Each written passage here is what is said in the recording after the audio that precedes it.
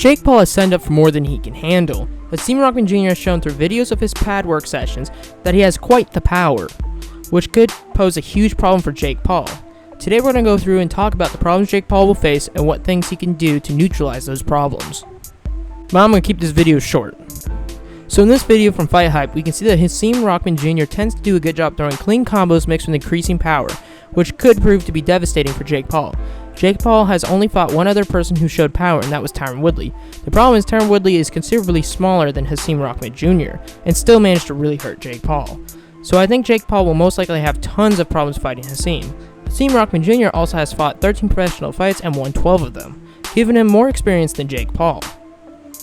To say the least, Jake Paul will really have to rely on the jab, keeping Hasim Rahman Jr. at distance rather than running into range like he did in some of his other fights. Not only that, this fight might surprise Jake Paul. Hasim Rahman Jr. might be able to handle Jake Paul's powerful right hand. All in all, I think Jake Paul will have to tire Hasim Rahman Jr. out before having to go for the kill shot or breaking him down slowly and win by points. What's your thoughts? Make sure to like, subscribe, and comment down below.